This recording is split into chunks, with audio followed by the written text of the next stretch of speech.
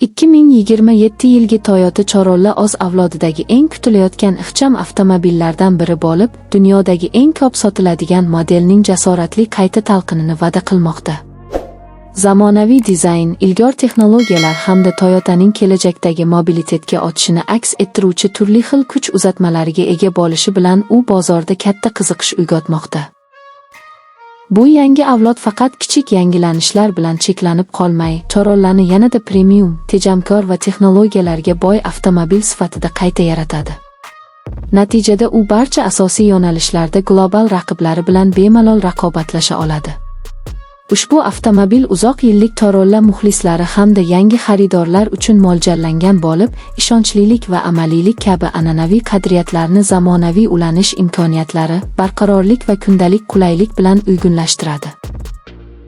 Birinchi qarashdayoq 2027 yilgi Corolla tashqi ko'rinishi bilan avvalgi avlodlardan keskin farq qiladi. Aerodinamik chiziqlar, kengroq va yanada agressiv old panjara hamda ingichka LED faralar avtomobilga zamonaviy va dadil qiyofa bagishlaydi. Yon tomondagi oyilgan dizayn, 17 va 18 dyuymli qotishma disklar, to'liq kenglikdagi LED orqa chiroqlar siluetni ham nafis, ham sportcha ko'rsatadi.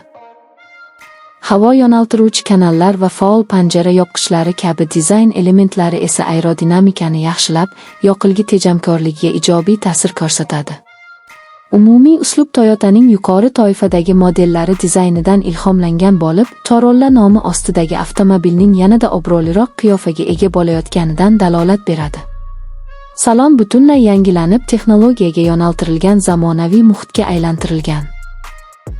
An'anaviy analog asboblar o'rnini to'liq raqamli panel egallagan, markaziy konsolda esa katta multimedia ekranlari joylashgan.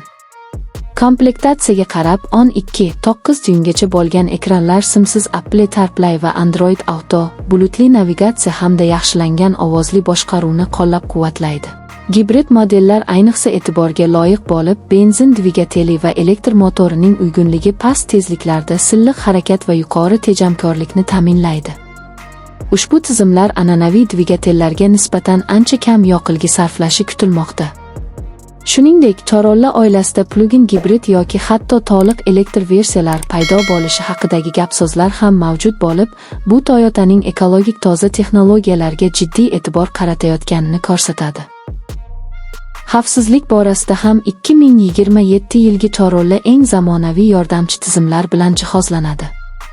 Ko'plab komplektatsiyalarda Toyota Safety Sense tizimining eng so'nggi avlodi standart bo'lib, adaptiv kruz nazorat, piyoda va velosipedchilarni aniqlaydigan to'qnashuvdan ogohlantirish tizimi, chorrahalarda yordamchi funksiya hamda yo'l bo'ylab harakatni ushlab turish funksiyalarini o'z ichiga oladi.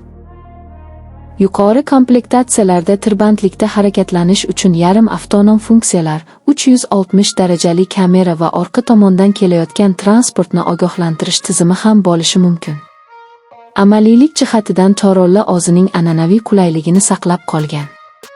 Gildirak bazasining biroz kattalashgani orqa yo'lovchilar uchun oyoq joyini kengaytiradi, yukxona esa oilaviy ehtiyojlar uchun yetarli hajmga ega. 2 zonali iqlim nazorati, simsiz quvvatlash, bir nechta USB portlar kabi qulayliklar har bir yo'lovchi uchun komfort yaratadi.